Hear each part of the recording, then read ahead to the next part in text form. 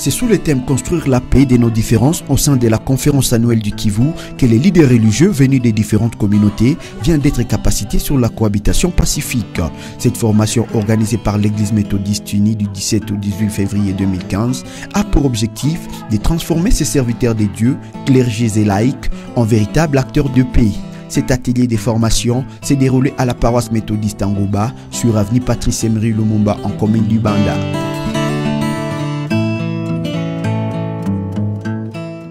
Comment vivre ensemble en se passant de nos limites? C'est la question clé débattue dans cette formation.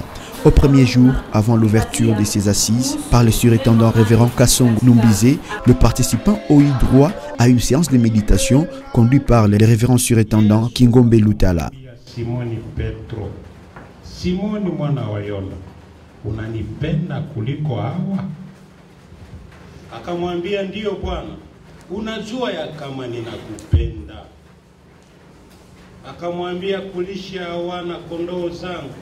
Prenant la parole, le professeur Dr Ngongoul Fatouma, formatrice, dans son exposé portant sur la paix dans la famille, l'église et la société.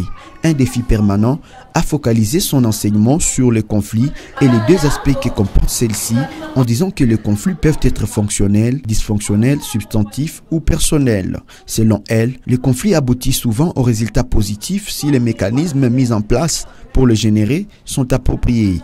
Dans les cas contraires, ils perturbent l'organisation lorsque ces mécanismes sont inadéquats. Quant aux aspects fonctionnels, elle a enseigné un certain nombre de conséquences positives qui surgissent des conflits, cas des renforcements ou des provocations des éléments ci-après, la cohésion, le respect mutuel, le nivellement des leaderships, les changements des vieux objectifs dépassés, l'institutionnalisation des conflits, l'accroissement de la motivation et de l'énergie, le perspective accrue de son identité, pour ne citer que cela.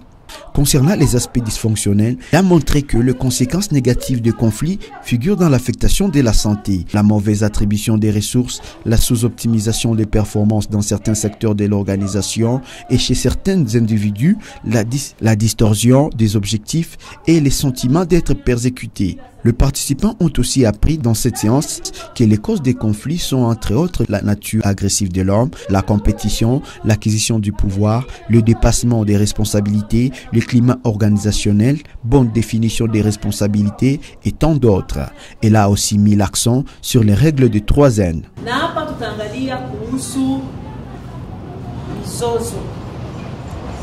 Mizozo ni nini? Mizozo inatoka wapi? Tutaangalia regle tatu ambayo tunaita regle ya 3N. Na hapa tutapima kuonesha namna gani mizozo ni kawaida ya maisha, mizozo iko normal na mizozo uko neutre. Tutapima kuangalia ni reaction gani tunapanaka wakati mzozo unashitokeza. Le cycle des conflits a été expliqué comme étant la manière dont un conflit évolue et comment le parti interviennent. À ce sujet, elle a approfondi en expliquant comment est-ce que le conflit naît toujours des différences, des valeurs, des croyances, des attitudes et que les gens y réservent une réponse soit positive ou négative. Et sur base de ces réponses, découlent des réactions négatives s'exprimant soit par des frustrations, contre-attaques ou escalades. Ce qui peut produire une nouvelle perception, nouveau conflit. Les réponses positives, quant à elles, ont été définies dans cette formation comme agents favorisant l'écoute, les dialogues, la tolérance, le pardon, la compréhension et créent aussi un changement d'attitude et des valeurs, apportent une transformation des conflits avec comme résultat la paix ou la fin du conflit. En rapport avec les notions de médiation, ils ont aussi appris qu'il y a médiation que lorsqu'au moins deux parties essaient de résoudre leur conflit avec l'aide d'une tierce partie acceptée par le parti en conflit. Il a aussi parlé des différentes étapes à respecter dans cette dernière, en passant par l'identification des problèmes, la décision des traités, la formulation des solutions, l'établissement d'un plan d'application et enfin la révision et évaluation de la décision. À propos de la réconciliation, les participants ont appris que c'est rétablir des relations amicales entre deux personnes ou un groupe de gens en conflit ouvert, en mettant une parenthèse sur le pilier de celles-ci qui sont la vérité, la justice, la miséricorde et la paix. Selon la formatrice, ce n'est qu'à travers ceci que ces formés vont inculquer en eux la civilisation de l'amour, la culture de l'amour pour la paix et la construction à la cohabitation pacifique pour la gloire de Dieu. En quelque sorte, on se base sur la pensée de l'épître de Paul aux Galates 3, à partir du 28e verset, là où il dit « Entre vous, dans le Christ, il n'y a ni grec, ni juif, ni romain. » Comme nous sommes dans une conférence annuelle du Kivu, dans laquelle il y a les Lega, il y a les Tetela, il y a la Chi, il y a les Rwandais.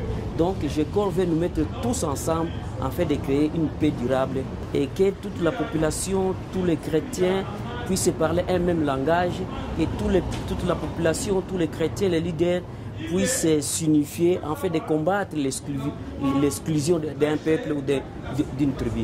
Au deuxième jour de cette formation, le modérateur professeur Dr Nyembo a quant à lui exposé sur les notions de la paix selon la Bible et les échanges avec le formé ont permis à ces derniers de comprendre la place de la paix dans l'Ancien et dans le Nouveau Testament, la place de la paix dans la société, dans la famille et enfin dans l'Église. Ce qui est important, c'est de comprendre que il n'y a pas de développement sans paix, sans cohabitation pacifique, comme même la sagesse africaine l'exprime par des proverbes. Nous avons même fait cet exercice. La sagesse africaine nous donne beaucoup de matière au travers des contes et des proverbes qui expriment la nécessité de cohabiter ensemble. La Bible elle-même, comme parole de Dieu, renferme beaucoup d'enseignements. Je pourrais même dire dès la Genèse jusqu'à l'Apocalypse. Bon, je puis vous rappeler ce que Jésus lui-même a dit dans ce que nous appelons le sermon sur la montagne ou les béatitudes. Je crois que c'est Matthieu chapitre 5 verset 9. Jésus dit « Heureux ceux qui procurent la paix, car ils seront appelés enfants de Dieu. » Bon, quelle technique, quel mécanisme de résolution des conflits, moi, un texte. Le formateur a aussi enseigné aux participants différentes manières d'analyser d'où provient la vraie paix, comment la rechercher, la créer et apprendre à gérer les conflits, selon la parole de Dieu, en mettant en exergue les valeurs chrétiennes. C'est entre autres l'amour, le pardon, le dialogue et la réconciliation.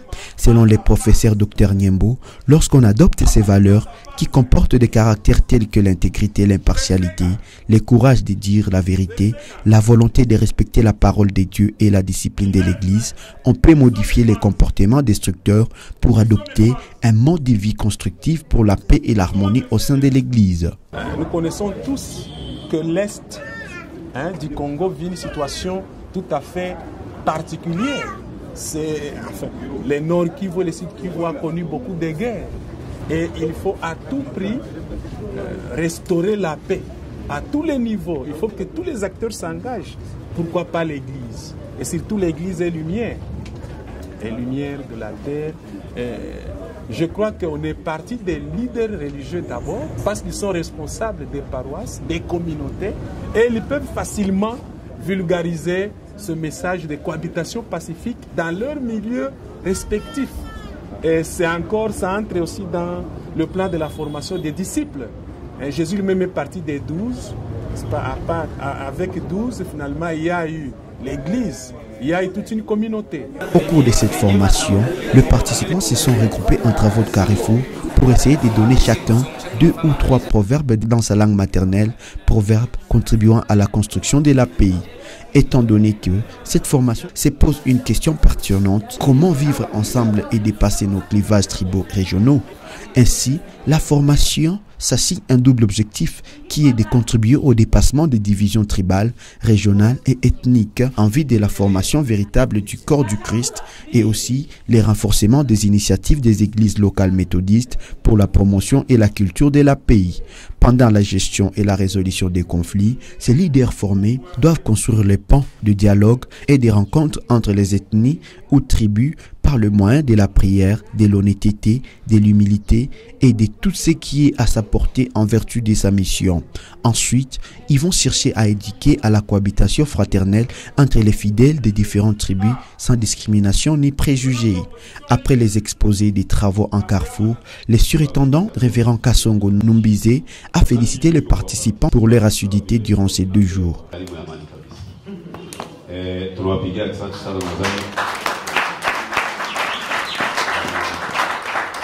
Relation yetu tutaendelea kuwa na wao karibu, tukiwa na shida tutawaita tena.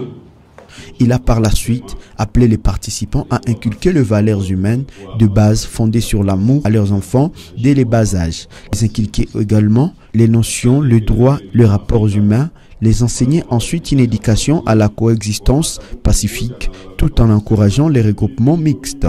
Il a aussi exhorté à rejeter l'idée d'une fatalité des violences, des guerres, des conflits comme unique possible réalité, de dépasser toutes les attitudes d'intolérance, de xénophobie, de fanatisme et d'anxieuse incertitude de l'avenir, car la paix, ce n'est pas l'absence des problèmes, mais c'est la manière de régler le problème.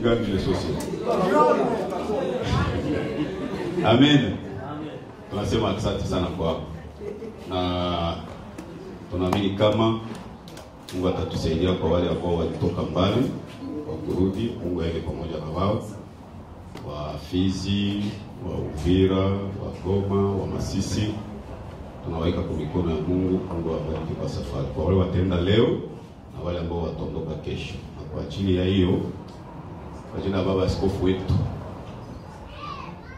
Unda Gabriel Yemba, kwa jina la komunote yetu mupya la 81e komunote methodiste yenye Kongo Est, na kwa jina langu sa mwongozi wa district nafasi ambao seminari ilifanyika, na kwa jina langu pekee tunafunga mkutano wetu wa seminari ya formation ya walider, na Mungu awabariki.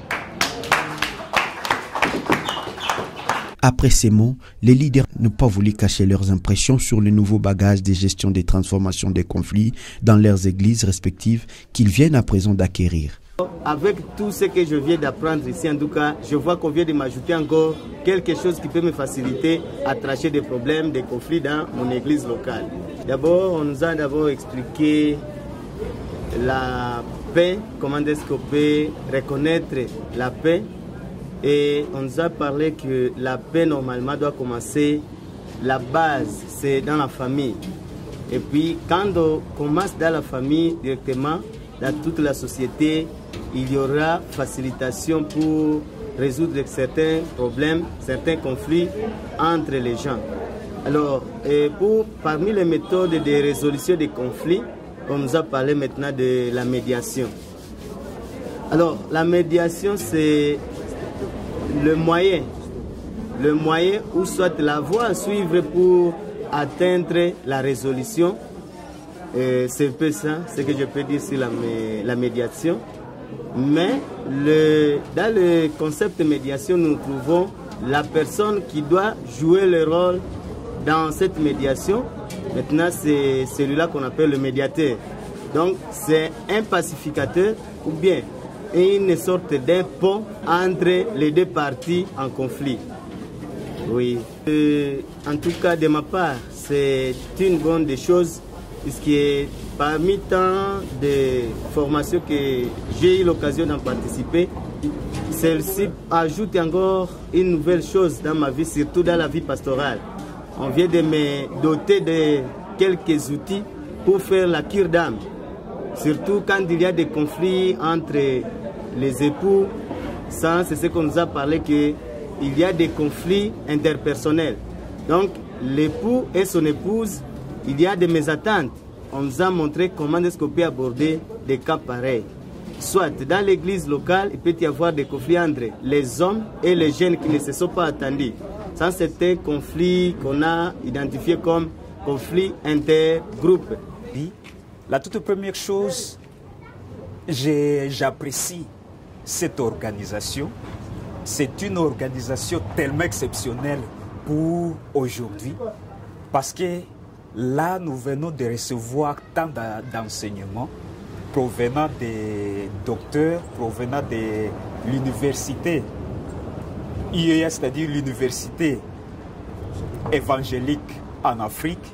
Ils viennent de nous former comment est-ce que nous pouvons vivre dans nos sociétés sans tenir compte de nos différences, savoir comment faire évoluer l'Église sur le plan social, développement et autres.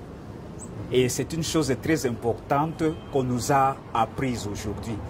Et encore, on nous a appris sur ce qui concerne aussi comment essayer de construire la paix dans nos familles et dans la société en général. Quand nous allons retourner, essayer de sensibiliser les chrétiens, parce que c'est ça la base de toutes choses pour toute l'étendue de la République. C'est-à-dire que tout commence par l'Église, parce que ce sont les pasteurs qui sont en contact direct avec les masses de personnes qui viennent toujours le voir et suivre ce qu'ils vont leur dire en ce qui concerne la parole de Dieu. Comment éviter le conflit entre les voisins, entre les tribus, les clans, les ethnies, tout ça. Pour dire que le conflit tout d'abord est naturel, le conflit est neutre, parce qu'on est né, on ne peut pas éviter un conflit. Quand ça arrive et il faut savoir comment tu peux gérer ça. Il faut savoir comment gérer ce conflit, tu dois éviter, quels seront tes langages envers les autres et tout. D'abord, je suis satisfait. Ce que j'ai trouvé, je ne savais pas comment faire la distinction des conflits. Ça, c'était d'abord même si je te devais un fidèle ou un couple est un problème, ça me posait beaucoup de problèmes. Mais à partir de cette formation, je suis outillé. Nous avons vu plusieurs techniques pour résoudre d'abord les conflits.